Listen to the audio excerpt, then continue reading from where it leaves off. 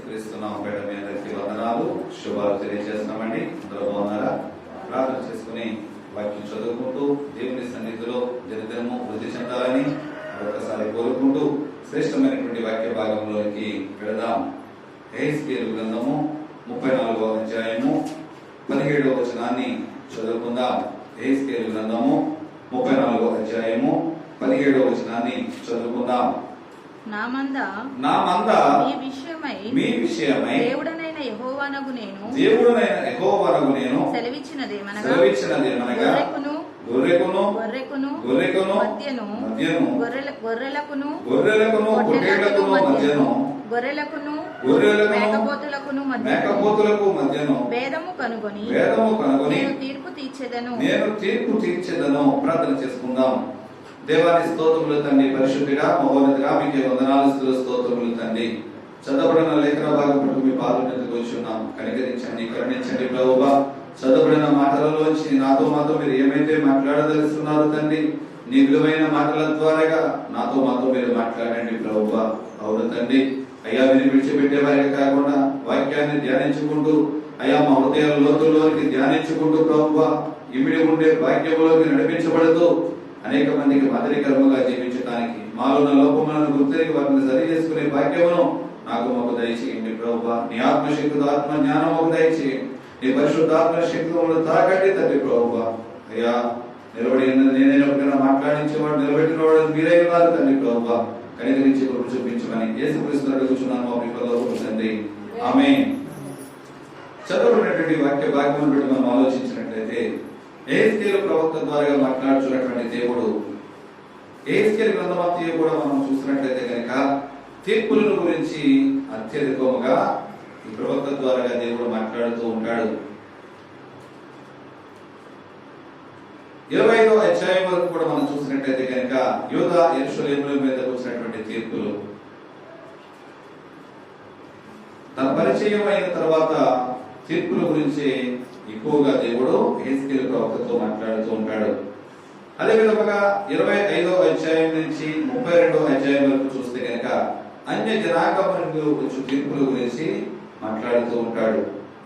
అయితే ఈ 33వ అధ్యాయం నుంచి యెరూషలేము మీదకి వచ్చినటువంటి తీర్పుకు వారితో చేసే నిబంధన, వారిని పునర్నిర్మించడానికి దేవుడు ఉద్దేశము కలిగి ఉండి ఒక నిబంధన గురించి దేవుడు మాట్లాడుతూ ఉంటాడు. అయితే ఇక్కడ చదవబడిన వాక్య భాగము ఈ 34వ అధ్యాయం కనుక మనం చూసినట్లయితే కనుక ఈ 34వ అధ్యాయము మొదటి వచనం నుండి కూడా దేవుడు మాట్లాడుతూ అక్కడ ఉన్నటువంటి సేవకులు, దేవుని సేవకులు అనబడుతున్న వారు దేవుని మందను ఏ విధముగా కాస్తున్నారు, కాస్తున్నటువంటి కాపరులు కాయపడుతున్నటువంటి మంద విషయంలో ఎటువంటి జాగ్రత్త తీసుకుంటున్నారు అన్న దాని గురించి హెచ్చరికలు చేస్తూ ఉన్నాడు. ఎందుకంటే ఈనాడు ఉన్నటువంటి కాపరులే కాదు కానీ ఆనాడు ఉన్నటువంటి కాపరులు కూడా దేవునికి వ్యతిరేకమైన కార్యములు చేస్తూ దేవుని ఎడల నమ్మకమైనటువంటి కాపరులుగా ఉండేవారిగా కాకుండా అపనమ్మకస్తులైనటువంటి కాపరులుగా ఉంటూ ఆ మంద మీదకి వచ్చేటువంటి కీడును లేకపోతే ఉపద్రవమును వారు గుర్తించే వారిగా ఉంటూ ఆ ఉపద్రవము కీడుల గురించి మందకు తెలియచేయనటువంటి కాపరులుగా వారు మిగిలిపోతూ ఉండేవారు. స్వార్థపూరితమైనటువంటి కాపరులు, వారి స్వార్థము వారి బ్రతుకు తెరువుల కొరకు వారు బ్రతకడానికే ఆశపడుతూ దేవుని మందను కాసేవారే కానీ దేవుని కాపరిగా దేవుని సంఘమును కాసేటువంటి ఒక మంచి గొర్రెల కాపరులుగా వారు ఉండేవారు కాదు. కాపరి అనేటువంటి వాడు ఒక తోట మధ్యలో ఒక బురుజు మీద నిలబడి వచ్చుచున్నటువంటి ఉపద్రవమును చూసి ఆ మందలో ఉన్నటువంటి గొర్రెలకు హెచ్చరికలు చేసేవాడు కాపరి. నిజమైన కాపరి తన మందకు హెచ్చరికలు చేస్తాడు. కానీ ఈనాడు సంఘములలో మనం చూసినట్లయితే, సమాజములలో మనం చూసినట్లయితే కనుక ఎక్కడ చూసినప్పటికైనా అనేక మంది అబద్ధ బోధకులు పెరిగిపోతూ ఉన్నారు. మనుషులను బట్టి బోధ చేసేవారు, వ్యక్తులకు అనుగుణంగా నడిచే సేవకులు, ఒకవేళ మనుషులను ఒప్పించి సంఘములోకి ఒకవేళ ఈ బిడ్డలు రారేమో, బలహీనమైపోతేమో అని చెప్పి వారిని బుజ్జగించేటువంటి సేవకులు ఈనాడు పెరిగిపోతూ ఉన్నారు. ఉన్న వాక్యాన్ని ఉన్నది ఉన్నట్లుగా చెప్పడం మానేసి ఒకవేళ సంఘము దిగజారిపోతేమో లేకపోతే సంఘస్థులను వెళ్ళిపోతారేమో అన్న భయముతో వారి పోషణ కొరకు మాత్రమే, వారి ఎదుగుదల కొరకు మాత్రమే వాక్యము ఉన్నది ఉన్నట్లుగా కాకుండా వాక్యమును కుదించి సొంత మాటలు కల్పనా కథలతో ఈనాడు సేవా పరిచర్యలు జరిగించుకున్నటువంటి సేవకులు ఈనాడు కూడా ఉన్నారు. కానీ దానిని దృష్టిలో పెట్టుకున్నటువంటి ప్రభువైన యేసుక్రీస్తు యెహెజ్కేలు ప్రవక్త ద్వారా మాట్లాడుతున్నాడు. ఆ కాపరులకు హెచ్చరికలు చేస్తూ ఆ అధ్యాయం మొదటి నుంచి మీరు తర్వాత చదువుకున్నట్లయితే కనుక నా మందకు నేనే సొంత గొర్రెల కాపరిగా నేను కాస్తాను. నా మంద ఎక్కడ ఉన్నప్పటికైనా గాని వాటిని నేను వెలికి తీసుకొస్తాను. చీకటి మబ్బులు కమ్మినప్పటికైనా ఆ చీకటి మబ్బుల నుంచి నా మందను నేను వెలికి తీసుకొస్తాను. చీకటి మబ్బులు అంటే మందకు వచ్చినటువంటి అపాయము, గొర్రెల మందలో ఉన్నటువంటి ప్రతికూలతలు, అది వ్యాధి బాధలే కావచ్చు, లేకపోతే లోకమనే పాపమనే వ్యభిచారము కావచ్చు, దొంగతన ద్రోహములు కావచ్చు, ఎటువంటి దేవునికి వ్యతిరేకమైనటువంటి అపవిత్రతమైనటువంటి మబ్బులు కమ్మినప్పటికైనా ఆ మబ్బులలోంచి సైతము నా జనులను, నా గొర్రెలను నేను బయటకు తీసుకువస్తాను. వారందరినీ కూడా ఆయా ప్రాంతంలో ఉన్నటువంటి నా గొర్రెలన్నింటినీ కూడా ఒక చోటకు నేను సమకూరుస్తాను అని దేవుడు మాట్లాడుతూ, అటువంటి మందను పౌష్టికరమైన ఆహారముతో సియోను కొండపై నా మందను నేను మంచి ఆహారము పెట్టి నేను మేపుతాను. అవునండి, ఈనాడు మందకు మేత పెట్టలేనటువంటి సేవకులు అనేక మంది లోకంలో ఉన్నారు. కానీ ప్రభువైన యేసుక్రీస్తు వారు అలనాడు ఉన్నటువంటి అబద్ధ బోధకులను బట్టి, బాధ్యత లేనటువంటి కాపరులను బట్టి మాట్లాడుతూ యెహెజ్కేలు ప్రవక్తకు మరొక్కసారి గుర్తు చేస్తున్నాడు. సేవకుని యొక్క భారము, సేవకుని యొక్క బాధ్యత, కాపరి యొక్క భారము ఏ విధముగా ఉండాలి, సంఘమును ఏ విధముగా కాయాలి అని చెప్పి ఆయనే ప్రభువైన యేసుక్రీస్తు వారే నేనే స్వయముగా నా మందను నేను కాసుకుంటాను. యోహాను సువార్తలో మాట్లాడతాడు, నా గొర్రెలు నా స్వరము వినును. కాపరి యొక్క స్వరము గొర్రెలు వింటాయి. ఆ సొంత మందకు గలటువంటి కాపరి ఏ బాధ్యత గల కాపరిగా ఉన్నాడో, సొంత మందను కాసుకుంటున్నటువంటి ఆ కాపరి ఆ గొర్రెల మందలో ఏ గొర్రెకు గాయమైనప్పటికైనా తనకు తగిలినట్లుగా, తనకు గాయమైనట్లుగా బాధపడతాడు. గొర్రెల మందలో ఒక గొర్రెకు కాలుకు గాయమైతే తనకు కాలుకు తగిలినట్లుగా దానికి వైద్యము చేస్తాడు, దానికి పరిచర్య చేస్తూ ఉంటాడు. మందలో ఉన్న గొర్రె జబ్బు పడితే తనకు జబ్బు పడినట్టు విధముగా బాధపడుతూ ఉంటాడు, దాన్ని వైద్యము చేయిస్తాడు, కట్లు కడతాడు. ఒకవేళ బురదలో కురిగిపోతే పైకి లేవనెత్తుతాడు. అది నడవలేని స్థితిలో ఉంటే తన భుజముల మీద వేసుకుని నడిపిస్తూ ఉంటాడు. కానీ బాధ్యత లేని కాపరి గొర్రెల మందలో ఏ గొర్రె నడవకపోయినప్పటికైనా ఎందుకు నడవదని చెప్పి చువ్వలతో దాన్ని దండిస్తూ ఉంటాడే కానీ ఏదో విధముగా దాన్ని నడిపించుకుంటూ ఈడ్చుకు వెళతాడే తప్ప తన భుజముల మీద వేసుకుని మాత్రము వెళ్ళాడండి. తన గాయములను కట్టడానికి ప్రయత్నించడు. యజమానుడు అడిగితే అయ్యా చూడలేదని చెప్పి అబద్ధం చెప్పించుకుని తప్పించుకునే ధోరణిలో ఉంటాడు. కానీ ఆ గొర్రెకు గాయము కట్టేవాడిగా ఉంటాడు. కానీ పౌష్టికరమైన ఆహారముతో నేను నా గొర్రెలను మేపుతాను. వాటిని మేపడమే కాదు, సరైన ప్రదేశములో, సౌకర్యమైన ప్రదేశములో వాటిని నేను పరుండ పెడతాను. ఇదే యెహోవా వాక్కు.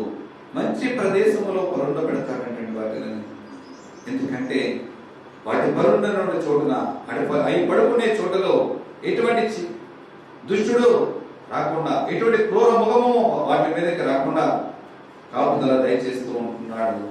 ఎందుకంటే ఈనాడు కూడా చూడండి, గొర్రెల మంద వేసేవాళ్ళు వాటి చుట్టూ ఇప్పుడైతే మెస్ కట్టేస్తున్నారు. ఇదివరకు ఒక రాత్రి పగలనక వారి కాపలా కాస్తూ ఉండేవారు నిద్ర లేక. ఇప్పుడు మెస్ లాంటిది వేసి అందులో మందనంతని అందులోకి నడిపించి ఒకరిద్దరు కాపలా ఉంటూ ఉంటారు. అయినప్పటికైనా ఇటువంటి అపాయమైన వాటికి వస్తదేమో అని చెప్పి వాటిని కాపలా కాస్తూ ఉంటారు. ఈనాడు సంఘముగా సమాజముగా ఉన్నటువంటి నీవు నేను ఎటువంటి కాపరి యొక్క సంరక్షణలో నీవు నేను జీవిస్తున్నాం? ఇటువంటి సంరక్షణ, ఇటువంటి మంచి కాపరి యొక్క సంరక్షణలో నీవు ఉన్నావా? లేకపోతే కనుక అబద్ధ బోధకులు అనేటువంటి సంరక్షణ గల కాపరిలో నీవు ఉన్నావా? ఎటువంటి కాపరి సంరక్షణలో నువ్వు జీవించగలుగుతున్నావు అన్నది ఒకసారి ఆలోచించగలగాలి. ఎందుకంటే బెరాయా మనుషులు అపోస్తలుడైన పౌలు గారు దేవుని యొక్క రాజ్యమును గురించిన వార్త ఆయన స్వర్తమానము ప్రకటిస్తుంటే అక్కడ ఉన్నటువంటి మనుషులు ఈ మనుషులు చెప్పుచున్నటువంటి మాటలు యథార్థమైనవా కాదా, దేవునికి సంబంధించినవా కాదా, ధర్మశాస్త్రములకు సంబంధించినవా కాదా అని వారు పరిశీలించి తెలుసుకునేవారు. దేని కొరకంటే ఏ మాట పడితే ఆ మాట మనము నమ్మేవారిగా ఉండకూడదు. కొందరు అంటే ప్రవచనాలు వచ్చేస్తాయి, కొందరు మాట మాట్లాడితే ప్రార్థన మొదలెడితే భాషలతో కూడా మాట్లాడుతూ ఉంటారు. నీ భాషలకు అర్థం తెలియనటువంటి భాషల వరము దేని కొరకు? నీ ప్రవచనము నీకే జ్ఞానము లేనప్పుడు ఆ ప్రవచనము దేని కొరకు? ఆలోచించగలగాలి. ఎవరు మాట్లాడుతున్నటువంటి ప్రవచనం అయినప్పటికైనా అది దేవుని వాక్యానికి సరిపడేదా కాదా? దేవుని వాక్యానుసారమైన మాటలు చెప్తున్నారా, లేకపోతే మన గురించి తెలిసినటువంటి వ్యక్తులు అదే మాటలను మనకు తెలియజేస్తున్నారా? దేని కొరకు మాట్లాడుతున్నారన్నది మనము ఆలోచించగలగాలి. దానిని బట్టి తప్పిపోయిన ప్రతి దానిని కూడా వెతుకుతారన్నటువంటి మంచి కాపరిగా, గొప్ప కాపరిగా, ప్రధాన కాపరిగా ఉన్నటువంటి ప్రభువైన యేసుక్రీస్తు వారు ఈనాడు సంఘములలో, సమాజంలో ఉన్నటువంటి దురవస్థలను బట్టి కొన్ని వందల వేల సంవత్సరాల క్రితమే హెజ్కేలు ప్రవక్త ద్వారా మాట్లాడుతున్నాడు. నా మందను స్వయముగా నేనే ఇస్తాను. ఆ మందలో ఉన్నటువంటి పోగు చేసినటువంటి మందలో ఉన్నటువంటి మీ విషయమే దేవుడనే యెహోవాకు నేను సెలవిచ్చినదేమనగా, మిమ్మల్ని బట్టి, నా మందను బట్టి, మీ అందరి విషయమై మీ దేవుడైన యెహోవాకు నేను సెలవిచ్చినదేమనగా, గొర్రెకును అంటే ప్రతి గొర్రెకు మధ్యలో, అలాగే గొర్రెలకును పొట్టేళ్లకును మధ్యలో, అలాగే గొర్రెలకును మేకలను మధ్యలో ఏం చేస్తారంటే ఆయన భేదము కలగజేసి నేను తీర్పు తీరుస్తాను. గొర్రెలకు మేకలకు మధ్య తీర్పు. ఇక్కడ కొన్ని అన్ని కలిపి చెప్పలేదండి. గొర్రెకు అంటే ప్రతి వ్యక్తికి మధ్యలో భేదం కలగజేస్తానంటున్నాడు. ఆ వ్యక్తులలో ఉన్నటువంటి సామాన్యమైన గొర్రెలకును పొట్టేళ్లకు మధ్యలో భేదం కలగజేస్తానంటున్నాడు. అయితే వాటి మధ్యలో ఉన్నటువంటి గొర్రెలకును మళ్ళీ మేకలకు కూడా భేదము కలగజేసి తీర్పు తీరుస్తానంటున్నాడు. ఈనాడు మందలో ఉన్నటువంటి గొర్రెల కాపురులు చూడండి, గొర్రెల మధ్యలో ఉన్నటువంటి మేకలన్నింటినీ కూడా పక్కకు తీస్తూ ఉంటారు, లేకపోతే మేకల మధ్యలో ఉన్నటువంటి గొర్రెలన్నీ కూడా పక్కకు తీస్తూ ఉంటారు. ప్రభువైన యేసుక్రీస్తు వారు ఆయన రాజ్యంలో వచ్చిన వార్త ప్రకటిస్తున్నప్పుడు కూడా గోధుమలను, గురుగులను గురించి ఒక ఉపమానం చెబుతూ ఉంటాడు. ఆయన పనివారు వచ్చి మాట్లాడుతారు, అయ్యా మన శ్రేష్టమైన విత్తనాలే చల్లాం, కానీ ఉపవాది వచ్చి గురుకులు చల్లినట్టు ఉన్నది ఇప్పుడు వెళ్ళి పోస్తే ఏమంటారంటే, వద్దు ఇప్పుడు పోస్తే పంట చేను పాడైపోతుంది, గురుగులతో పాటు గోధుమ పంటను కూడా మీరు పీకి వేస్తే పంట నాశనం అయిపోతుంది, కనుక రెండు కూడా సమానంగా ఎదగలేవండి. కోతకాలం వచ్చినప్పుడు ముందు దేనికి వస్తాడు? గురుకులను కోసి ముందు అగ్నిలో పడవేద్దాం, తర్వాత గోధుమలను తీసుకొచ్చి కొట్లో పోతుంది. కానీ ఎంత తెలివైన మాటగా చెప్పాడండి దేవుడు. ఎందుకంటే అదే మనం అనుకోండి, ఏం చేస్తాం, ముందు అబ్బాయి దీని సత్తు కూడా లాగేసుకుంటుందని చెప్పి ముందు వెళ్ళి గురుకులతో పాటు కొన్ని గోధుమ గింజలను కూడా మనము తీసి పాడవేసే ప్రమాదం ఉంది. ఆలోచించినటువంటి ఆలోచన దేవుని పని చేసేటప్పుడు, దేవుని సంఘములో మాట్లాడేటప్పుడు, దేవుని సంఘముతో సహవాసము చేసేటప్పుడు, ఆయన మందిర రావడంలో ఒక కాపరి కింద మనము బ్రతుకుచున్నప్పుడు, నివాసము చేస్తున్నప్పుడు జ్ఞానము గల వారిగా ప్రతి ఒక్కరు జీవించగలగాలి. ఏ కాపరి పెడితే ఆ కాపరి చెప్పిన ప్రతి మాటను, ఏ ఆహారం పెడితే ఆ ఆహారం మనం తినివేసే వారిగా మనం ఉండకూడదు. ఏ ఆహారం పెడితే ఆ ఆహారం తింటే కలుషితమైన ఆహారం ద్వారా వ్యాధులు వచ్చే ప్రమాదము కూడా ఈనాడు సంఘంలో లేకపోలేదు. ఒక్కొక్కసారి ఒక ఆత్మీయ ఆహారం పంచిపెట్టేటప్పుడు అది నీ హృదయానికి తాకిందా, అది రిసీవ్ చేసుకోరండి. ఇది నా గురించే, నేను చేసిన తప్పిదాన్ని బట్టి పాస్టర్ గారికి ఎవరో చెప్పారు కనుక ఇది నా గురించే చెప్పాడు కాబట్టి వచ్చే వాళ్ళని ఏం చేయాలి, మందిరం మానేసి మందిరానికి వెళ్ళిపోవాలి. ఆ మందిరంలో కూడా ఒకవేళ వచ్చేవారు అదే వాక్యం చెప్తే అక్కడి నుంచి ఎక్కడికి పారిపోతావు అంటే ఆ పాస్టర్ గారు కూడా నీ గురించి ఎవరో ఏదో చెప్పారు. అక్కడి నుంచి ఇంకొక మందిరం స్థిర నివాసము లేదు. ఎందుకంటే వాక్యాన్ని అంగీకరించినటువంటి మనసుకు ఎక్కడ కూడా స్థిర నివాసం ఉండదండి. ఆ వాక్యాన్ని అంగీకరించి ఈ వాక్యంలో దేవుడు నాతోనే మాట్లాడాడు, నా హృదయంలో నేను సరి చేసుకుందాం, నా అంతరంగంలో సరి చేసుకుందాం అనేటువంటి ఆత్మ జ్ఞానము గల నువ్వు సంపాదించుకుంటే దేవుని దగ్గర ఎప్పుడు కూడా ఒకే కాపరి కింద నీవు మెసలడానికి అవకాశం ఉంటది. ఒకే కాపరి సంరక్షణలో నీవు కాపుదలలో ఉండడానికి దేవుడు నీకు కృప చూపిస్తూ ఉంటాడు. అయితే ఆ మందలో ఉన్నటువంటి గొర్రెకును మధ్యలో ఏ ప్రాంతం నుంచి అయితే ఆయా ప్రాంతం నుంచి సమకూర్చినటువంటి దేవుడు ప్రతి ఒక్క గొర్రెకు కూడా భేదము కలగజేస్తానంటున్నాడు. ఈనాడు గొర్రెలకును మేకలకును మధ్యలో అంటే గొర్రెలు దేవుని బిడ్డలకు సాదృశ్యం అయితే మేకలు లోకానికి సాదృశ్యముగా ఉన్నది. ఈనాడు సంఘములో లోకముకు సంబంధించిన వారు లేరంటారా? లోకస్తులుగా క్రీస్తు బిడ్డలుగా చలామణిమైతూ మేకలుగా ఉన్నటువంటి వారు లోకంలో అనేక మంది ఉన్నారు. మేకలు దేనికి సాదృశ్యము? లోక పాపమునకు సాదృశ్యము, లోక అపవిత్రతకు సాదృశ్యము, లోకమనే నీచమైన పనులకు సాదృశ్యము. అయితే గొర్రెకు మధ్యలో సాత్వికమైన మనసుతో నీవు ఉన్నప్పటికైనా, యథార్థతతో నీవు ఉన్నప్పటికైనా ఎటువంటి అపవిత్రత మీ మధ్యలోనికి రాకుండా భేదము కలిగజేసి సపరేట్ గా తీర్పు తీరుస్తానంటున్నాడు. గొర్రెలకు పొట్టేళ్లకు అంటే గనక అధికారము చలాయిస్తున్నటువంటి సంఘస్థులలో సంఘములో కొందరు పెత్తనము చలాయించేవారు ఉంటారు. పెత్తనదారులు, మేము సంఘ పెద్దలమని, సంఘ నాయకులమని పెత్తనము చలాయించేవారు ఉంటారు. గొర్రె పొదలతో పోలిస్తూ వారిని కూడా సపరేట్ గా పెట్టి తీర్పు తీరుస్తానంటున్నాడు దేవుడు. ఆయన తీర్పు దినమందు ఆయన న్యాయపీఠం మీద నిలబడుతున్నటువంటి నీవు నేను ఎటువంటి తీర్పులోకి వెళ్ళబోతున్నాం, ఏ విధముగా నడిపించబడబోతున్నాం అని ఆలోచించగలుగుతామండి. మత్తయి సువార్త 25వ అధ్యాయము 32వ వచనాన్ని చదువుకుందాం. మత్తయి సువార్త 25వ అధ్యాయము 32, 33 వచనాలు కూడా చదువుకుందాం. అప్పుడు సమస్త జనములు ఆయన ఎదుట పోగు చేయబడుదురు. గొల్లవాడు మేకలలో నుండి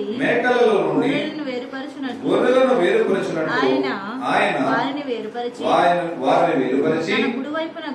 తన కుడివైపున గొర్రెలను ఎడమవైపున మేకలను నిలవబెట్టును. హల్లెలూయా. తన కుడివైపున గొర్రెలను నిలబెడతాడు, తన ఎడమ వైపున మేకలను నిలబెడతాడు. సమస్త జనులను కూడా ఆయన ఎదుట పోగు చేయబడదురు. ఒక వర్గమని లేదండి, ఒక కులమని లేదు, ఒక ప్రాంతమని లేదు. సమస్త జనాంగము కూడా ఆయన దగ్గరికి పోగు చేయబడతారు. ఆయా ప్రాంతంలో ఉన్నటువంటి ప్రజలు, నువ్వు ఈ లోకంలో ఉండగా నీ సంఘములు నువ్వు ఏ పేరైనా పెట్టుకోవచ్చు. నాది ఆ సంఘం అండి, నాది ఈ డినామినేషన్ అండి, మీ సంఘముతో మాకు పాలు లేదు, మీ సంఘాలతో మాకు పొత్తు లేదు, మీ పాస్టర్ చెప్పేది మేము వినము, లేకపోతే మీ దేవుడు వేరని మీరు ఏదైనా అనుకోవచ్చు. కానీ ఏదైనప్పటికైనా ఆయన రాకడ సమయానికి సమస్త సంఘములని కూడా సార్వత్రిక సంఘము వలె సమస్త భూలోకములో జనులందరూ కూడా ఆయన ఎదుటికి పోగు చేయబడతారని చెప్పి వాక్య భాగము తెలియజేస్తుంది. గొల్లవాడు ఏ విధముగా అయితే గొర్రెల మందలోంచి మేకలను సపరేట్ చేస్తాడో అదే విధముగా లోకములో ఉన్నటువంటి జనులందరూ కూడా ఆయన పాదముల చెంతకు వెళ్ళినప్పుడు అందులో ఉన్నటువంటి మేకలన్నింటినీ కూడా మీరు పక్కన పడేస్తూ ఉంటాడు, పక్కకు సపరేట్ చేస్తూ ఉంటారంటున్నాడు దేవుడు. సపరేట్ చేసిన తర్వాత అప్పుడు తీర్పులు నీకు వస్తాయి. ఇవన్నీ ఎప్పుడు జరుగుతాయి? ఈ తీర్పు తర్వాత కూడా ఎప్పుడు జరుగుతాయి? ఆయన న్యాయపీఠం మీదకి ఎప్పుడు వస్తాడు అంటే కనుక ఆయన ఈ లోకములోనికి ప్రభువుని యేసుక్రీస్తు వారు ఆయన పరలోకానికి ఆరోహణమై నీకు నాకు ఉండడానికి నివాస యోగ్యమైన స్థలమును సిద్ధపరిచి ఉన్నాడు కనుక ఆయన త్వరలో రాబోతున్నటువంటి క్రీస్తు ఈ లోకానికి వచ్చి నిన్ను నన్ను తీసుకువెళ్ళి ఆయన 1000 ఏళ్ల పరిపాలన కాలం కన్నా ముందు జరిగేటువంటి ఈ తీర్పు దినము. ఒకవేళ ఈ క్షణమందే దేవుని రాకడ వస్తే, లేకపోతే ఈ రాత్రే దేవుని రాకడ వస్తే నీవు నేను ఎక్కడ ఉంటాం? అందరూ కూడా ఆయన న్యాయపీఠం ముందుకు వెళ్ళవలసిందే. ఆ న్యాయపీఠం మీద ఉన్నటువంటి నీవు నేను గొర్రెవలే ఉన్నామా, మేకవలే ఉన్నామా?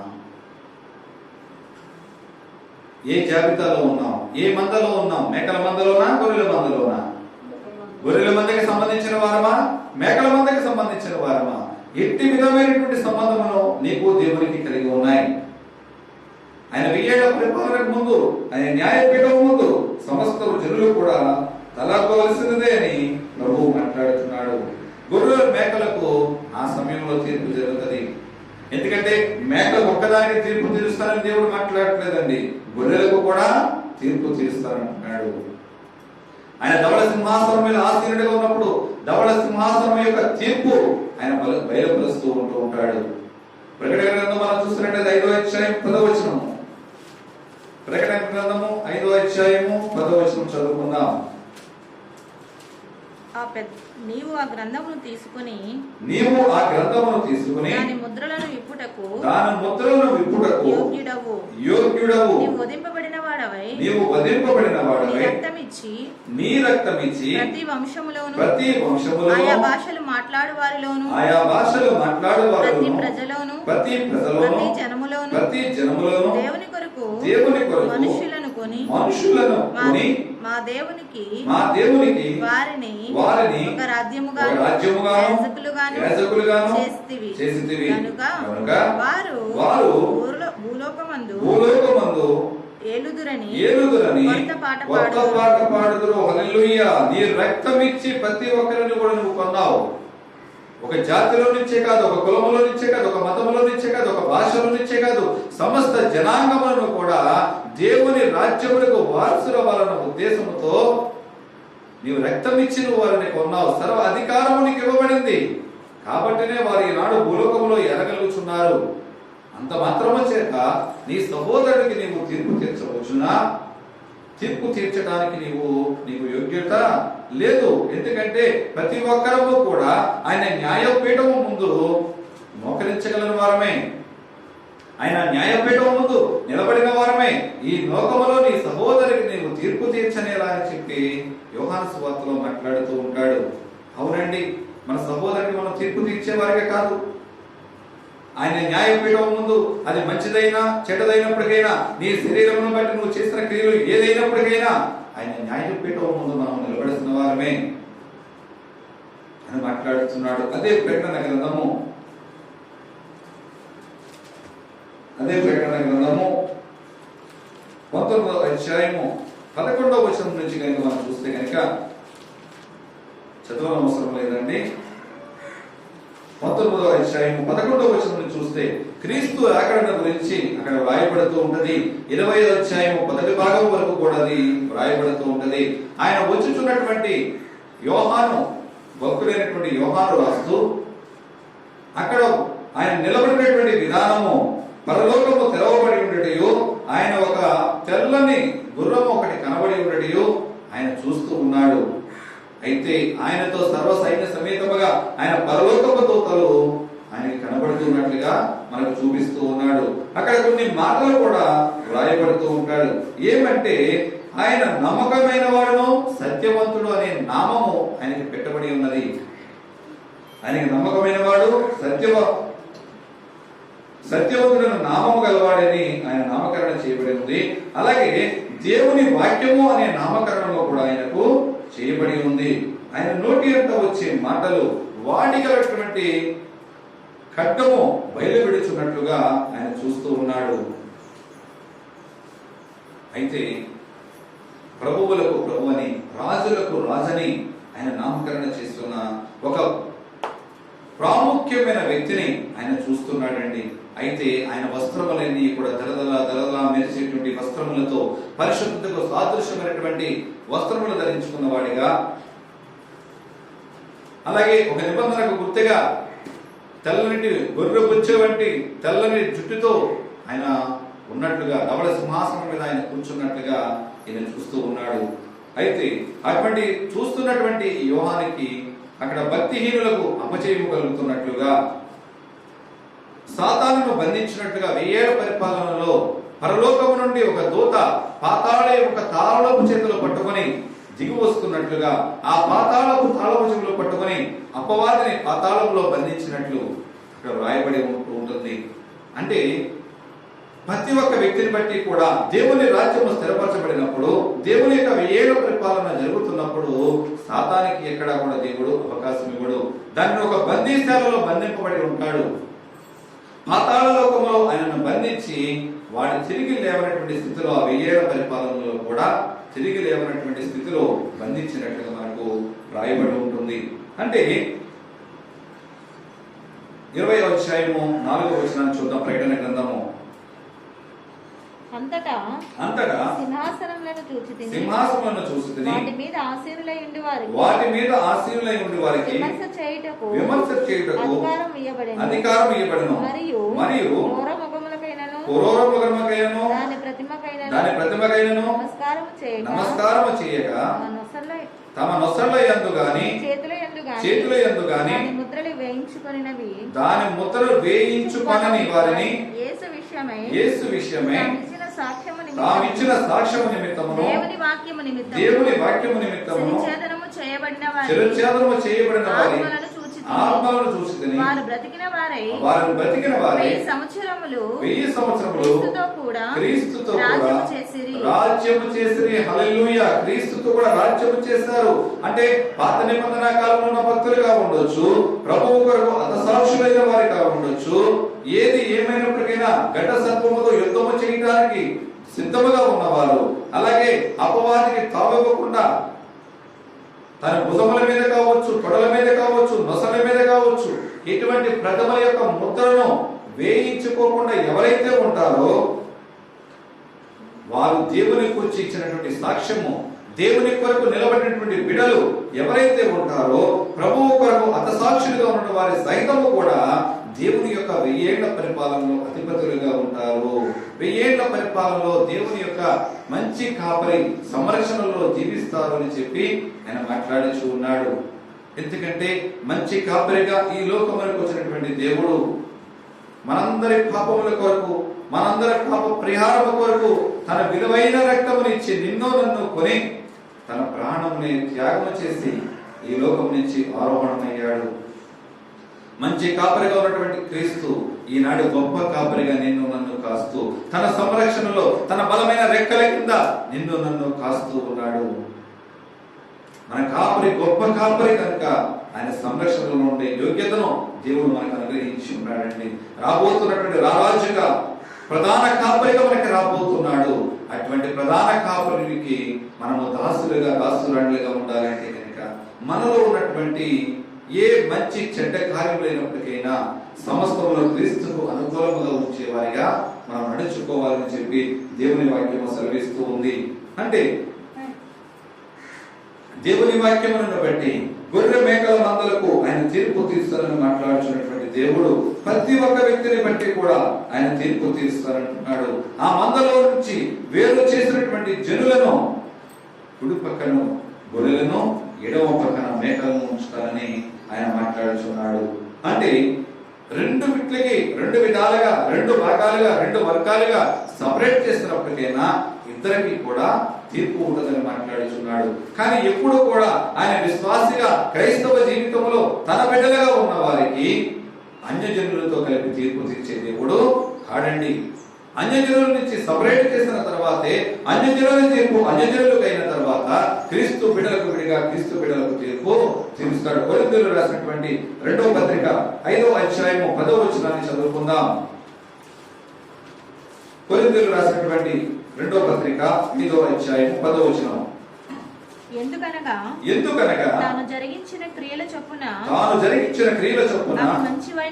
అవి మంచివైనను సరే చెడ్డవైనను సరే దేహముతో జరిగించిన వాటి ఫలమును ప్రతివాడును పొందునట్లు మనమందరము క్రీస్తు న్యాయపీఠము ఎదుట ప్రత్యక్షము కావలెను. హల్లెలూయా!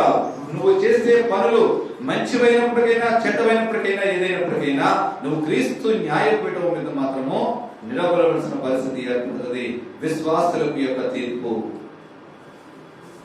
ఎందుకంటే మేకలలోంచి నిన్ను విడదీసిన తర్వాత, అన్యజనులకు తీర్పు అయిన తర్వాత విశ్వాసిగా నీకు తీర్పు తీర్చడానికి ఆయన న్యాయపీఠం ముందుకు వెళ్ళినప్పుడు నీ చిట్టా విప్పుతూ ఉంటాడు. ప్రకటన గ్రంథంలో రాయబడిన విధముగా ఒక గ్రంథము విప్పబడుతూ ఉంటుంది. ఆ గ్రంథములో నువ్వు చేసినటువంటి పనులు, ఎటువంటి పాపక్రియలతో ఈ లోకమును ఏడుబడి చేసి ఉన్నావు, ఎటువంటి దుష్కార్యములతో ఈ లోకములో ఏడుబడి చేసి ఉన్నావు, ఎటువంటి అపవిత్రతో ఈ లోకాన్ని పాడు చేసి ఉన్నావు, నీ శ్రేష్ఠులను బట్టి, నీ కళంకమైన జీవితమును బట్టి ఈనాడు లోకములో సంఘాన్ని ఏ విధముగా పాడు చేస్తానని కోరుకున్నావు. నీకున్న అధికారమును బట్టి, అంగబలమును బట్టి, ధనమును బట్టి సంఘములో ఎన్నిసార్లు ఎక్కడ ఏ విధముగా నీ బల ప్రయోగము చేస్తావు, ఎన్నిసార్లు నీ తోటి సహోదరులపై పెత్తనము చేసి ఉన్నావు. తీర్పు దినమందు ప్రతి ఆయాసకరమైన పనిని బట్టి కూడా దేవుడు తీర్పు తీరుస్తూ ఉంటాడు. నీ శరీరమును బట్టి చేసినటువంటి ప్రతి క్రియను బట్టి, అది మంచిదైనప్పటికైనా చెడ్డదైనప్పటికైనా దేనిని బట్టి అయినా తీర్పులోనికి దేవుడు తీసుకుంటానని మాట్లాడుతున్నాడు. అది ఏ పని అయినప్పటికైనా సరే, దేవునికి కళంకము తెచ్చేదైనప్పటికైనా దేవుడు తీర్పులోనికి తీసుకొస్తానని మాట్లాడుతున్నాడు.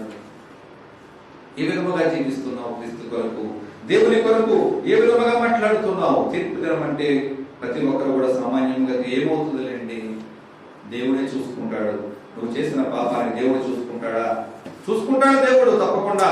తీర్పు దినమందు కఠిన శిక్ష అనేటువంటి ఆత్మీయ ఆహారం ద్వారా శిక్షించడానికి దేవుడే చూసుకుంటాడు. ఈనాడు మనుషులు చూస్తుండకపోవచ్చు, మనుషులు కళ్ళగప్పి నువ్వు పాపములు చేసి ఉండొచ్చు, మనుషులు కళ్ళగప్పి నువ్వు మోసములు చేసి ఉండొచ్చు, ఒకవేళ మనుషులను గ్రహించలేకపోవచ్చు.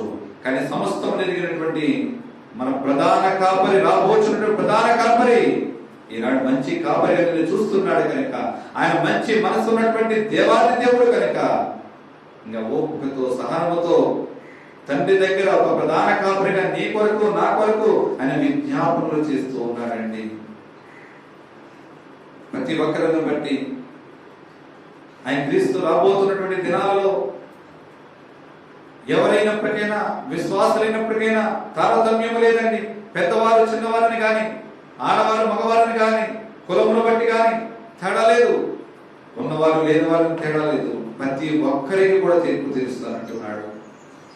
విశ్వాసం యొక్క తీర్పు. దేవుని కొరకు ఏ విధముగా నువ్వు వాడబడి ఉన్నావు, దేవుని కొరకు ఏ విధముగా నువ్వు నడిపించబడి ఉన్నావు. తిమోతి రాసినటువంటి 2వ పత్రిక 4వ అధ్యాయం 8వ వచనంలో చూసినట్లయితే కనుక అపోస్తలుడైన పౌలు గారు క్రీస్తు యొక్క పరుగు పందెములో నా కొరకు దాచబడినటువంటి నీతి కిరీటము కొరకు నేను పరుగులెట్టుచున్నానని మాట్లాడుచున్నాడు.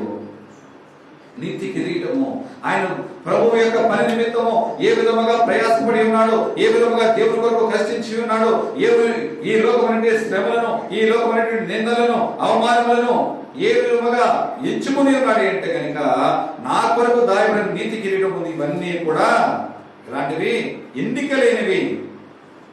లేనివిగా ఎంచి ప్రభువు కొరకు పనిలో ఓపికతో పరుగులెట్టుచున్నట్లుగా మనకు బైబిల్ గ్రంథం తెలియజేస్తూ ఉంది.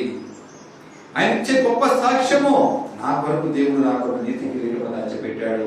నిమ్ము నేను ఇవ్వగలుగుతామా? దేవుడు నా కొరకు నీతి కిరీటం దాచిపెట్టాడని ఆయన రాజ్యంలోకి వెళ్ళినప్పుడు, ఆయన సింహాసనం ముందు నిలబడినప్పుడు దేవుడు నా కొరకు ఇచ్చినటువంటి నీతి కిరీటం నేను పొందుకొని ఆయన నిత్య రాజ్యంలోకి వారసులు అవుతానని నేను ధైర్యముగా చెప్పగలుగుతామా? అటువంటి సాక్ష్యం పొందుకున్న బిడ్డలుగా నేను ఉన్నాము అంటారా? అపోస్తలుడైన పౌలు గారి యొక్క ధైర్యము, నేను గొర్రెల మందలో ఉన్నాను, గొర్రెల మందలో ఉన్నటువంటి నాకు దేవుని తీర్పు తీరిస్తే నా కొరకు ఏమి దాచిపెట్టాడు? నీతి కిరీటము దాచిపెట్టాడు అని మాట్లాడుతున్నాడు. కానీ నేను ఏ మందలో ఉన్నాం? గొర్రెల మందలో ఉంటున్నామా? ఒకవేళ మేకల మందలో ఉండి ఒకవేళ మినహాయింపిస్తాడులే, కోటాలు ఉంటూ ఉంటాయి. ఎమ్మెల్యే కోటా అని, ఎంపీ కోటా అని, సీఎం కోటా అని, పిఎం కోటా అని చెప్పి మన కోటాలు ఉంటూ ఉంటాయి ఈ లోకంలో. ఆ కోటాలను బట్టి రిజర్వేషన్లో లేకపోతే రిజర్వేషన్లో నాకు ఉద్యోగం వస్తుందని దేవుని దగ్గర ఏ రికమెండేషన్లు ఉండవండి, ఏ రిజర్వేషన్లు ఉండవు, ఏ కోటాలు ఉండవు. ఏ మినహాయింపులు ఏ వ్యక్తికి కూడా ఉండవు. సమస్తమును కూడా ఏకైకమైనటువంటి న్యాయపీఠము ఎదుట తీర్పు దినమున తీర్పు జరుగుతూ ఉంటుంది. ఆ తీర్పు దినమున మహాసభ ఎదుట ఉన్నటువంటి ఆ ప్రజలందరి మధ్యలో కూడా గొర్రెల మంద నుంచి ఒక్కొక్కరిని పిలుస్తూ ఉంటే, ఒకవేళ ఆ గొర్రెల మందలో నీవున్నప్పటికైనా ఏ బహుమానమైనా పొందుకుంటానికి అనుకురాలిగా ఉన్నావా? ఒకవేళ నేను రక్షింపబడ్డానులే అని చెప్పి అనేక మంది అనుకుంటూ ఉంటారు. రక్షణ దేని కొరకు రక్షింపబడ్డావు? రక్షింపబడ్డానన్న పేరు మాత్రమే కానీ అగ్ని నుంచి నువ్వు రక్షింపబడ్డావే కానీ దేవుని బహుమానం పొందుకునే యోగ్యత నీలో లేదు. అగ్నిలో పడకుండా ఉండడానికి మాత్రమే నువ్వు రక్షింపబడ్డావు. కానీ బహుమానముల విషయం ఏమిటి? దేవుని పరిచర్య కొరకు, దేవుని సంగమ కొరకు, దేవుని పరి కొరకు నమ్మకముగా నువ్వు వాడబడినట్లయితే కనుక, యథార్థముగా దేవుని యొక్క స్వర్తమానము, దేవుడు నీ జీవితంలో చేసిన ఉపకార మేలులను బట్టి, దేవుని రాజ్యంలోకి వచ్చినటువంటి యథార్థమైన మాటలను బట్టి కొద్ది మందినైనా దేవునిలోకి నడిపించగలిగితే ఒక్క బహుమానం కూడా నీ జీవితంలో రాగంటారా? తప్పకుండా ఇస్తాడండి. కానీ దేవుని కొరకు కష్టించి పని చేయాలి. పరుగు పందెంలో పరిగెట్టడానికి ఉన్నవాడు, లేకపోతే ఏదైనా గేమ్ ఆడేవాడు, నేను ఇక్కడే కూర్చుంటానండి, నూతులో కప్పవాలని నేను ఇక్కడే ఉంటాను, కానీ నాకు బహుమానం మాత్రము రావాలి. ఎవరిస్తారండి బహుమానం? నీ ఇంటికి తీసుకొచ్చి నీకు బహుమానం ఇస్తారా? నువ్వు కూర్చున్నావని నీ అందమును చూసి, నీ హోదాను చూసి, నీ అంతస్తును చూసి, ఒకవేళ నీ అంగబలమును చూసి నీకు భయపడి ఎవడైనా చెప్పి ఒకవేళ బహుమానం వచ్చేమో, కానీ దేవుని న్యాయపీఠం ముందు మాత్రం అందరూ కూడా సరి సమానమే. ఎవరికి మినహాయింపులు లేవు. నువ్వు ఏ విధముగా దేవుని పనిలో పరుగులెడుతూ ఉంటే ఆ పనికి తగ్గ ప్రతిఫలము ఆయన ఇస్తూ ఉంటాడు. ఇదిగో త్వరలో రాబోచున్నాను, వారి వారి క్రియల చొప్పున వారికి జీతం ఇవ్వడానికి ఆయన దగ్గర సమస్తములు కూడా సిద్ధముగానే ఉన్నదండి. కొందరికి ఇచ్చిన తర్వాత నా దగ్గర డబ్బులు అయిపోయినాయి, నా డిబ్బీలో డబ్బులు లేవని చెప్పి ఆయన మాట్లాడే దేవుడు కాదు. ఆత్మీయ వరాలు ఇవ్వడానికి, బహుమానములు ఇవ్వడానికి నా దగ్గర డిబ్బీలో డబ్బులు లేవనే దేవుడు కాదండి.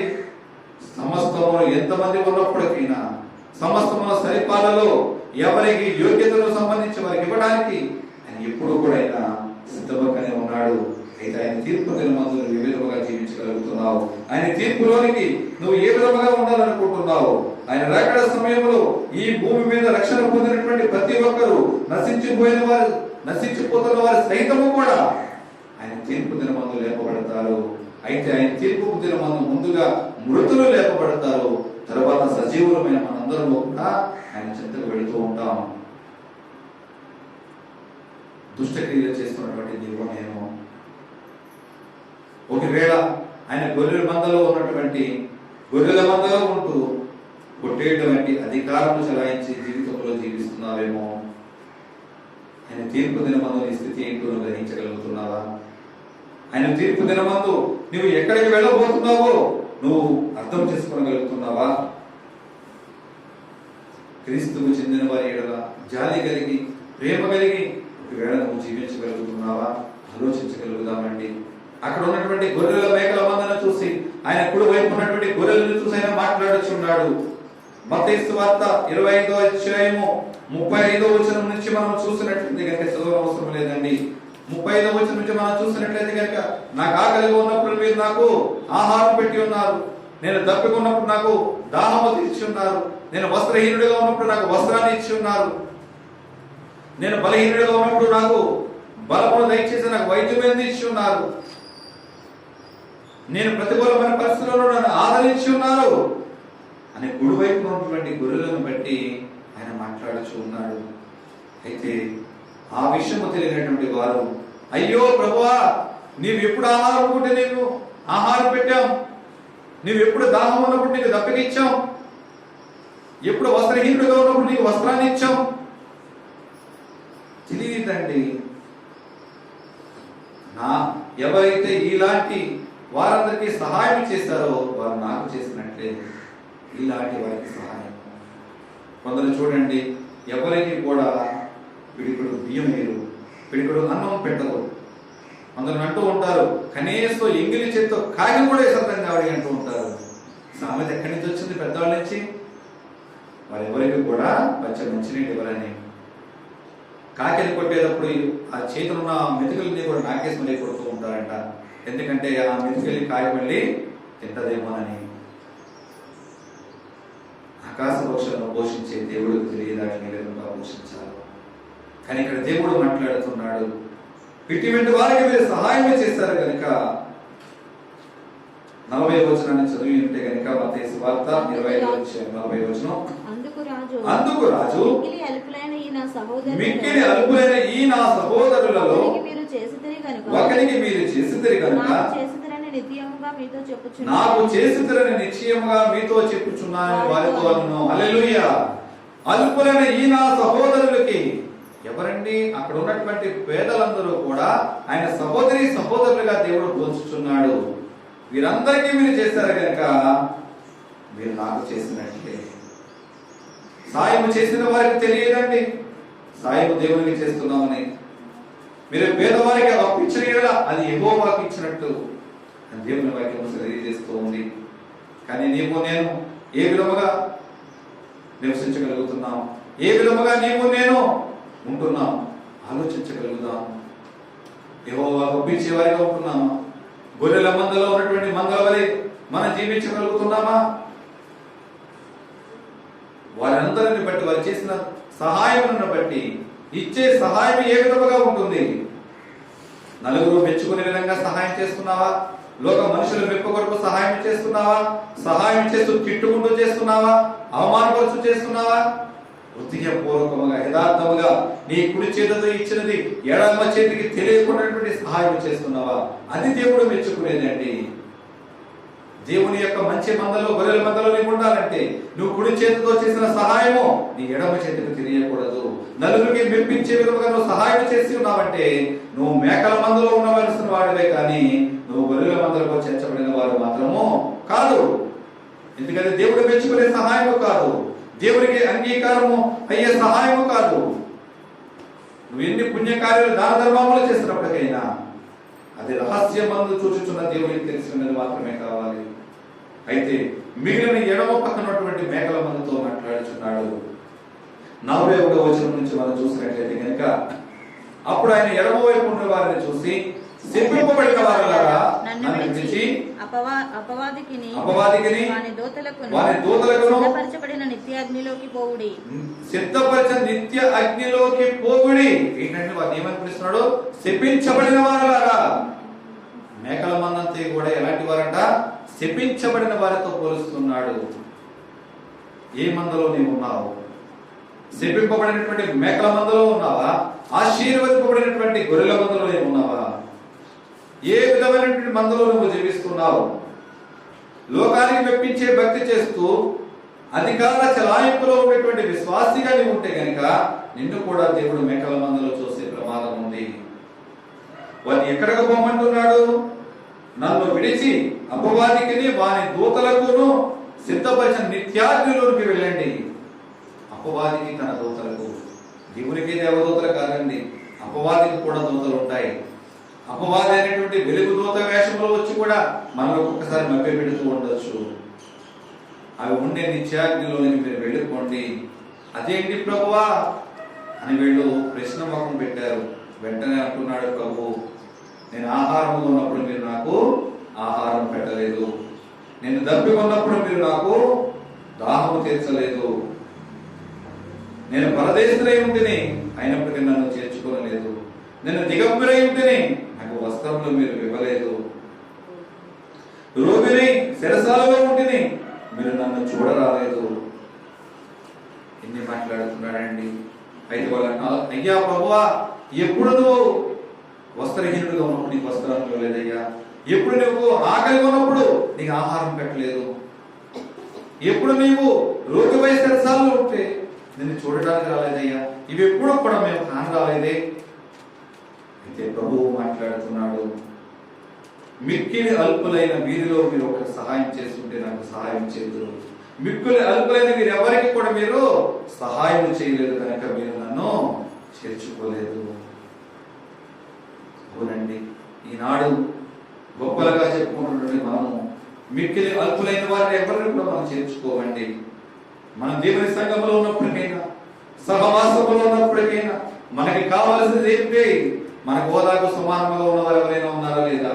ఈనాడు సంఘంలో వెళ్తున్నటువంటి అనేక మంది విశ్వాసులు, సంఘంలో ఎక్కడైతే నా స్నేహితులు ఉన్నారు, నాతో మాట్లాడడానికి ఉన్న వారు ఎక్కడ ఉన్నారు, నా హోదాకు సంబంధించిన వారు ఎక్కడ ఉన్నారు, నా కులంలోకి వచ్చిన వారు, నా గోత్రంలోకి వచ్చిన వారు ఎక్కడ ఉన్నారు? ప్లేసులు వెతుక్కుంటూ ఉంటారండి. నీ కులంలో కూర్చున్న వారి దగ్గర కూర్చుంటేనే దేవుడు ఉంటానన్నాడా? నువ్వు ముసలమ్మ ముచ్చట్లు పెట్టి కూర్చోవడానికి దేవుని మందిరానికి వెళ్ళేది. దేని కొరకు వెళుతున్నావు? దేవుని మందిరంలోనికి. ఎటువంటి కాపరి సంరక్షణలో ఉండడానికి వెళుతున్నావు? ముసలమ్మ ముచ్చటలతో కాలక్షేపం చేయడానికి కాదని మందిరానికి వెళ్ళేది. అదే మాట్లాడుతున్నాడు వీరు. ఎక్కడ అల్పులను మీరు పట్టించుకోరు, దీనులను పట్టించుకోరు, పేదలను కటాక్షించరు. వీరికంతా కూడా వీళ్ళ స్నేహాలు కావచ్చు, వీళ్ళ హోదా కావచ్చు. ఎక్కడంటే వీళ్ళ హోదాకు సంబంధించి, నా స్టేటస్కి సంబంధించి సరైన వారా కాదా? నీ స్టేటస్ ఈ లోకంలో ఉండగానే, నీ ధనము ఈ లోకంలో ఉండగానే అది దొంగలు ఎత్తుకుపోయే ప్రమాదము, తుప్పు పట్టే ప్రమాదం ఉంది. కానీ నీ మహిమైశ్వర్యం ఎక్కడ ఉందంటే పరదేశంలో మాత్రమే నీ మహిమైశ్వర్యం ఉంది. దీనిని చూసి వదిలేసేయబడుతున్నావు. ఈ లోక సంపదను చూసా, లేకపోతే పరలోకములో నీకు దేవుడు దాచిపెట్టినటువంటి నిధులను గురించి నీవు అతిశయపడుతున్నావా? దేనిని బట్టి అతిశయపడుతున్నావా? ఆలోచించగలుగుతున్నావా? మేకలను బట్టి మాట్లాడుతున్నాడు. ఈ లోకంలో ఉన్నటువంటి నా సహోదరులు అనేటి ఎలుపులైన వారిని మీరు ఆదరించలేదు కనుక మీరు నన్ను కూడా ఆదరించలేదు. వీరు నిత్య శిక్షకు, నీతిమంతులకు నిత్య జీవమునకు పోవుదురు. ఈ మేకలు నిత్య శిక్షకు పోతాయి, నీతిమంతులు మాత్రము నిత్య జీవమునకు పోతారని చెప్పి ఆయన మాట్లాడుతున్నాడు. రెండు పక్కల ఉన్నటువంటి ఇరువురు బట్టి కూడా న్యాయ తీర్పు తీర్చే న్యాయాధిపతిగా, మన పరమ కుమారిగా, మన ప్రధాన కాపరిగా ఉన్నటువంటి దేవుడు 34వ వచనంలో మాట్లాడుతూ ఉన్నాడు. మత్తయి సువార్త 25వ అధ్యాయం 34వ వచనం. అప్పుడు రాజు తన కుడివైపున ఉన్నవారిని చూసి, నా తండ్రి చేత ఆశీర్వదింపబడిన వారులారా రండి, లోకము పుట్టినది మొదలుకొని మీ కొరకు సిద్ధపరచబడిన రాజ్యమును స్వతంత్రించుకోండి. హల్లెలూయా, హల్లెలూయా. ఎంత గొప్ప భాగ్యం ఇస్తున్నాడండి. ఆ కుడివైపు ఉన్నటువంటి గొర్రెల మందను బట్టి ఆయన మాట్లాడుతూ, కుడివైపున ఉన్నవారిని చూసి నా తండ్రి చేత ఆశీర్వదింపబడిన వారులారా. ఎందుకంటే నేను న్యాయ తీర్పు తీరుస్తున్నానని అని చెప్పి కుమారుడైనటువంటి దేవుడు ఆయనను బట్టి అనుకోవట్లేదండి. నా తండ్రిని బట్టి ఆశీర్వదింపబడిన వారులారా, భూమి సృష్టింపబడినది మొదలుకొని ఈనాటి వరకు స్థిరపరచబడినటువంటి నా తండ్రి యొక్క రాజ్యమును స్వతంత్రించుకోనండి. ఇదంతా మీదే. మీరుండడానికి ఈ రాజ్యము కట్టబడి ఉన్నది. నా తండ్రి చేత నేను స్థలమును సిద్ధపరిచి ఉన్నాను. దేని కొరకంటే మిమ్మల్ని అందరినీ కూడా ఒక యోగ్యమైన పాత్రలుగా చూడాలని, మిమ్మల్ని అందరినీ ఒక అంగీకారమైన పాత్రలుగా చూడాలని, మీకు అందరికీ కూడా ఒక యోగ్యమైన స్థలములలో మిమ్మల్ని కూర్చొని పెట్టాలని, మిమ్మల్ని అందరికీ కూడా సరైన బహుమానములు ఇవ్వాలని మిమ్మల్ని అందరినీ కూడా నేను పిలుచుచున్నాను. ఆ తండ్రి చేత ఆశీర్వదింపబడిన వారులారా రండి. ఏ గుంపులో నేను జీవిస్తున్నాను? తండ్రి చేత ఆశీర్వదింపబడేటువంటి గొర్రెల మందలో నువ్వు జీవిస్తున్నావా? శపింపబడినటువంటి ఎడమ చేత పక్కన ఉన్నటువంటి మేకల గుంపులో జీవిస్తున్నామా? గొర్రెల మేకల మందలకు తీర్పు తీరుస్తానంటున్నాడు. ఒకవేళ గొర్రెల మందలో ఉంటూ, ఒకవేళ పొట్టేలు వలె పెత్తనం చలాయిస్తూ పక్కన ఉన్న వారు పొడిచే స్థితిలో, దూరం చేసే స్థితిలో ఒకవేళ ఉంటున్నావేమో, జాగ్రత్త. పొట్టేలకు కూడా దేవుడు తీర్పు తీరుస్తున్నాడు. యెహెజ్కేలు గ్రంథంలో రాయబడుతూ ఉన్నది. 18వ వచనాన్ని చూద్దాం. 34వ అధ్యాయము. విశేషముగా మేత వేసి మిగిలిన దానిని కాళ్ళతో త్రొక్కుట మీకు చాలదా? పెత్తనము చేసే వారితో మాట్లాడుతున్నాడు, అధికారము చలాయించే వారితో మాట్లాడుతున్నాడు, మంద కాపరులతో మాట్లాడుతున్నాడు. విశేషముగా మేత వేసి దానిని కాళ్ళతో త్రొక్కుట మీకు చాలదా? ప్రశ్న వేస్తున్నాడండి దేవుడు. ఈ ప్రజలందరినీ కాపాడుట కొరకు దావీదును ప్రస్తావనలను తీసుకువచ్చాడు.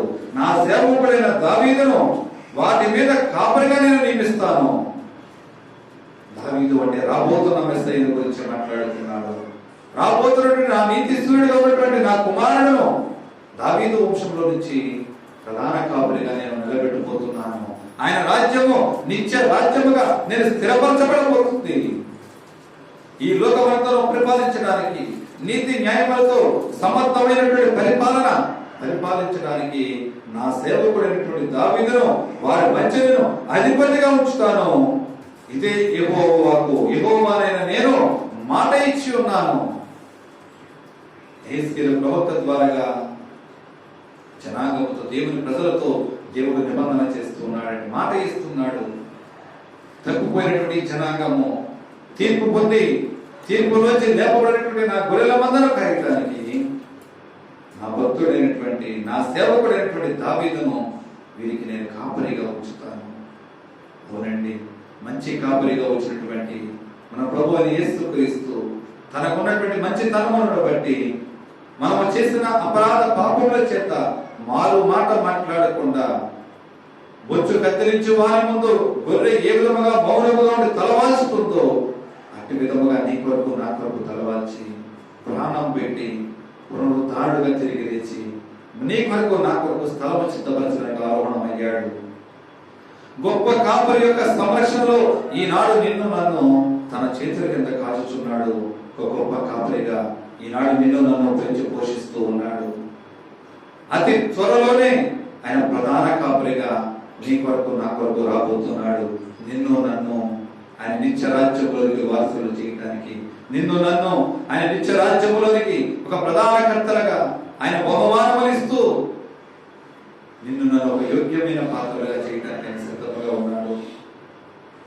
స్టెఫెన్ హతసాక్షి అయినప్పుడు ఆయన సింహాసనం మీద లేచి మరి స్వాగతం పలికాడు. స్టెఫెన్కి ఎంత యోగ్యత, ఎంత ధన్యత అండి స్టెఫెన్ జీవితంలో. ఈనాడు లోకంలో ఒక మన గ్రామం యొక్క ప్రెసిడెంట్ గారు మన ఇంటికి వచ్చి మాట్లాడి ఆహ్వానిస్తేనే మన గొప్పలు చెప్పుకుంటుంటాం. నన్ను కాబట్టి ప్రెసిడెంట్ గారు పిలిచారు, నన్ను కాబట్టి ఎమ్మెల్యే గారు పిలిచారు, నన్ను కాబట్టి మంత్రి గారు పిలిచారు. ఈ లోక మనిషి పిలిస్తేనే అంత సంబరపడిపోతున్నావే. ఏ యోగ్యత లేనటువంటి నిన్ను ఎక్కడో ప్రపంచ దేశాలలో మారుమూల పల్లెటూరులో ఒక గృహంలో ఒక మూలన ఉన్నటువంటి నిన్ను సృష్టి నిర్మించినటువంటి సృష్టికర్త తన సపరివారతలతో నిన్ను ఎదుర్కొంటూ ఉంటే, నీకు ఆహ్వానం పలుకుతూ ఉంటే ఎంత ధన్యత. అది ఊహించుకుంటేనే ఎంత ధన్యమో అర్థమవుతుందండి. అది ఊహించుకుంటేనే మన కళ్ళ కన్నీడు ఆగవు. ఈ లోకంలో మనిషి పట్టించుకోలేదు, వాడు పట్టించుకోలేదు, వీడు పట్టించుకోలేదు, వారు నాకు ఏ విషయమో చెప్పట్లేదని ఒకవేళ ఈ మనుషుల పుట్టులో బాధపడుతున్నావేమో, మహిమోన్నతుడైనటువంటి దేవుడు, మన ప్రధాన కాపరిగా ఉన్నటువంటి దేవుడు తన సపరివారతో నేను ఎదుర్కోవడానికి వస్తున్నాడు. అంతకంటా ఈ లోక మనుషులు నీకు శ్రేష్ఠులా ఆలోచించగలుగుతాము. మందకు మాదిరికరముగా ఒక శ్రేష్టమైన గొర్రెల మందలో దేవుని కొరకు వాడబడే బిడ్డలుగా, దేవుడు మన కొరకు దాచిపెట్టినటువంటి ఒక బలమైన బహుమానం పొందుకునే బిడ్డలుగా జీవిద్దాం. దేవుని న్యాయపీఠము ముందు ఏ క్షణమందు మనకు తీర్పు తీర్చినప్పటికైనా ఆయన సృష్టి ప్రారంభం నుండి ఆయన నిర్మించినటువంటి నిత్య రాజ్యంలోనే మనం స్వతంత్రించుకున్నటువంటి ఆయన వారసులుగా ఉందాం. ఆయన ఇచ్చే బహుమానములను పొందుకుంటూ అనేక మందికి సాక్షులుగా జీవిద్దాం. అటువంటి పరిశుద్ధాత్ముడైనటువంటి దేవుడు మనందరికీ కలగచేయునుగాక. ఆమేన్. ప్రార్థన చేసుకుందాం. దేవాని స్తోత్రములు తండ్రి, పరిశుద్ధిగా మహోన్నతంగా మీకే వందనాలు స్తోత్రములు చెల్లించుండగా అయ్యా, ఈనాడు మీరు మాట్లాడిన మాటలను బట్టి తండ్రి, గొర్రె మేకల మధ్యలో మీరు తీర్పు తీర్చుకున్న విధానం బట్టి మాతో మాట్లాడి ఉన్నారు ప్రభువా. ఈనాడు లోకంలో ఉన్నటువంటి మేము తండ్రి ప్రభువా, శరీరాశ నేత్రాశ జీవకులను బట్టి లోకమనే అపవిత్రతలో మేము మునిగిపోతూ ఒకవేళ మేకల మందులో వెచ్చించబడి ఉంది. మా హృదయంలో ఈనాడు మేము మార్చుకుంటున్నాం అయ్యా. అయ్యా, మమ్మల్ని పరిశుద్ధపరిచి పవిత్రపరిచి నిష్కలంకముగా ఉన్నటువంటి గొర్రెల మందలో మమ్మల్ని చేర్చుకో ప్రభువా. నీ న్యాయపీఠం ముందు ఒకవేళ ఈ క్షణమందే నీ న్యాయపీఠంలో తీర్పు తీర్చినప్పటికైనా నీ నీతి కిరీటం పొందుకునే బిడ్డలుగా, నీవిచ్చే బహుమానములు స్వీకరించే యోగ్యత గల బిడ్డలుగా నన్ను మమ్మల్ని మీరు మలిచి ఉన్నారని మేము నమ్ముచున్నాము. వెతబడిన వాక్యం ఇది ఎంతగా పోకుండా ప్రతి జీవితంలోనూ మీరేళ్లతో తృప్తి పొందులను, ప్రతి హృదయ ఆలోచన మార్చుకుంటూ నీ కొరకు వాడబడే బిడ్డలుగా ప్రతి బిడ్డని సిద్ధపరిచి కృప చూపించి నీ నామానికి మేము తెచ్చుకోమని యేసుక్రీస్తు అడుగుచున్నాను మా పితరులు తండ్రి. ఆమేన్ ఆమేన్ ఆమేన్. అందరికీ వందనాలండి.